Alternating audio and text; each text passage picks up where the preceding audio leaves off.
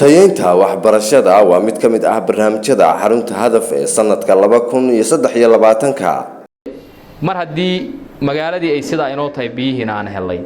jaamacadiina inoo joogto waxbarashadii aan helay waxaan rabnaa qodobka koowaad aniga muhiimka ah waxa weeye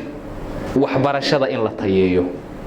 sanadii ugu dambeeyay waxbarashada magaalada dhaliilo badan baa ka jiray iyadoo awalba waxa Soomaaliya aan ku haynaa uu iska ahaa wax ma aragtay xogaad arin duruufaysan ay ahayd waa bukaan socod waxbarashadeenu moogta bukaan socod weey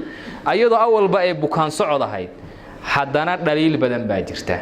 sida aynu ognahay waxbarashadu waa laf dhabarta horumarka bulshooyinka waxayna kaalin muhiim ah ka qaadataa nabadda deganaanshaha bulshada kobaca dhaqaalaha iyo wax soo saarka waa arin muhiim ah arintaas waayo tartami kari mayno hadaanu qofku aqoon lahayn waxa la isweydiiyaa su'aasha la isweydiiyaa waa caalami international waxa la isweydiiyaa su'aasha maxay waxbarashadu muhiim u tahay maxaa muhiim loogu tilmaamay waxa la yiraahdaa waa asaas waa fundamental way baa la isweydiiyaa sababtu waxa weeye wax kasta way empower garay wax walba iyada dabada ka riixaysa horumarkii sustainability development inuu joogto inuu baalkaysmo inay nabadi timaado in dhaqaale la helo iyada wax walba waxay tahay salwa tayeynta iyo horumarinta waxbarashada deegaanka waa barnaamij muhiim ah oo u baahan in la sameeyo qorshayaal lagu xaqiijinayo si loo gaaro ujeedooyin waaweyn oo laga leeyahay waxbarashada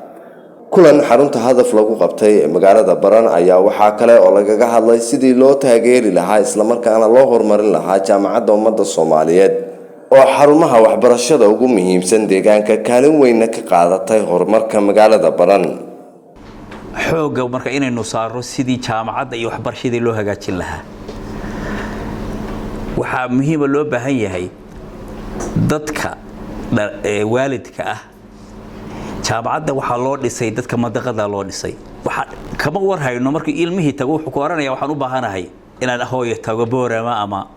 Hargeysa jaamacaddan in jaamacad ka fiican uu helay miyaad ogtahay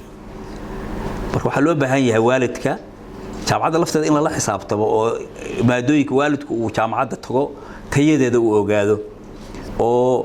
arday maamulada halka ka arkaynay yiri waxaan ka yimi gobolo badan baan ku nabiyo bari baan ku nabiyo mudug adig waxa loo soo doonanayo halka looga imanayo jaamacaddan way ka jaban tahay jaamacadaha kale joolaji kuma jiro wadankeena oo dhan waa hadda macdan baynu wada doonaan buurteenu galay cilmigeedina ma lihin jaamacaddeena halka inoo taala aynu ka baran lahayn runta cilmi baaris iyo horumarinta hadaf